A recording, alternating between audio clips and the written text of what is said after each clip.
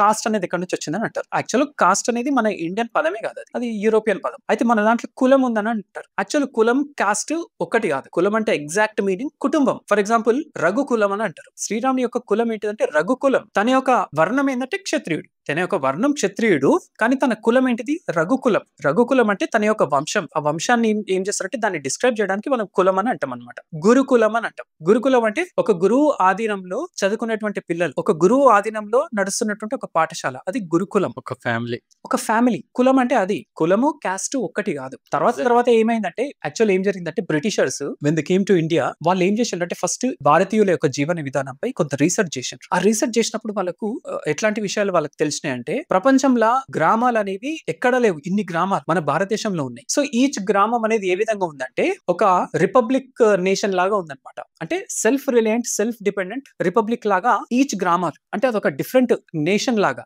సాగుతున్నాయి అనమాట ఆ గ్రామాలు అనేవి. ఎలా అంటే ఆ గ్రామంలో ఒక టీచర్ ఉన్నాడు, ఉపాధ్యాయుడు ఉన్నాడు, ఒక గురుకులంలో పిల్లలకు మంచి విద్య నేర్పిస్తున్నాడు, తాను బ్రాహ్మణుడు. సొసైటీని మొత్తం కూడా ఒక తాటిపైకి తీసుకుని నడిపించేవాడు బ్రాహ్మణుడు, మంచి చెడులు చెప్పేవాడు బ్రాహ్మణుడు. తర్వాత ఆ ఊరిని చక్కబెట్టాలి కదా, ఆ ఊరిని చక్కబెట్టడానికి ఒక వ్యక్తి అంటే రూలర్ కావాలి, రూలర్ ఉన్నాడు. తర్వాత ఒక రైతు పండించిన దాన్ని మిగతా వాళ్ళకి పంచాలి కదా, అందుకోసం వైశ్యుడు ఉన్నాడు. తర్వాత శ్రామికులు ఉంటారు, శ్రమ చేసి తన భోజనాన్ని తన ఏర్పాటు చేసుకోవడం, తర్వాత సమాజానికి తన సేవ చేయడం. సో శ్రామికులు. సో ఈ రకంగా ప్రతి గ్రామం కలెక్టివ్ గవర్నెన్స్ కాకుండా ఏ ఊరికి ఆ ఊరు వాళ్ళు ఏ ఊరికి వాళ్ళు ఆ విధంగా అంటే స్వయం ప్రతిపత్తి కలిగినటువంటి సెల్ఫ్ డిపెండెంట్ ఇండిపెండెంట్ గ్రామాలే ఆ విధంగా తయారైంది. అంటే ఆ గ్రామంలో కావాల్సినవన్నీ అదే గ్రామంలో దొరుకుతున్నాయి, నువ్వు బయటికి వెళ్లాల్సిన అవసరం లేదనమాట. అందుకనే మీరు చూడండి, బ్రిటిషర్స్ రాకముందు పూర్తి భారతదేశాన్ని మనం తీసుకుంటే మన జీడిపి 25% ఆఫ్ వరల్డ్ జీడిపి ఉండే ఆ రోజు. ఈ రోజు 3-4% జీడిపి అయింది.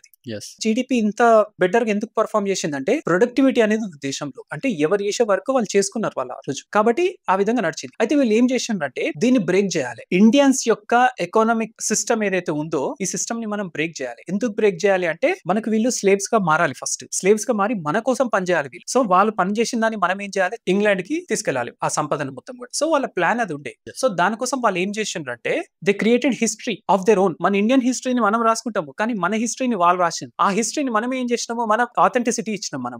కరెక్ట్, బ్రిటిషర్స్ రాసిండ్రు, ఇంగ్లీష్ లో రాసిండ్రు, కాబట్టి దట్ ఇస్ కరెక్ట్ అని. కానీ అది రాంగ్. అది వాళ్ళు ఏం చేసిండ్రు, మన దగ్గర 4 వర్ణాలను తీసుకెళ్లి ఇవి కాస్ట్లని నిర్ణయించిండ్రు అని చెప్తారు వాళ్ళు. యాక్చువల్ 1000 సంవత్సరాల పూర్వము నువ్వు ఈ వర్క్ చేయి, నువ్వు ఈ వర్క్ చేయి, నువ్వు ఈ వర్క్ చేయి అని ఎవరైనా నిర్ణయించిండ్రా? ఆ రోజు నిర్ణయిస్తే మరి ఈ రోజు ఎందుకు కొనసాగిస్తున్నారు? సపోజ్ గా మమ్మల్ని ఆ విధంగా నిర్ణయించిండ్రని ఎవరైనా అనుకుంటే ఈ రోజు ఎందుకు కొనసాగిస్తున్నారు? ఈ రోజు వదిలేసుకోవచ్చు కదా, బట్ వదిలేసుకోవడానికి ఎవరు సిద్ధంగా లేరు, అవునే కదా. ఎందుకంటే అది మన జీవన విధానంలో అదొక పార్ట్ లాగా మార్చేసిండ్రు, కానీ అది కాదు. అది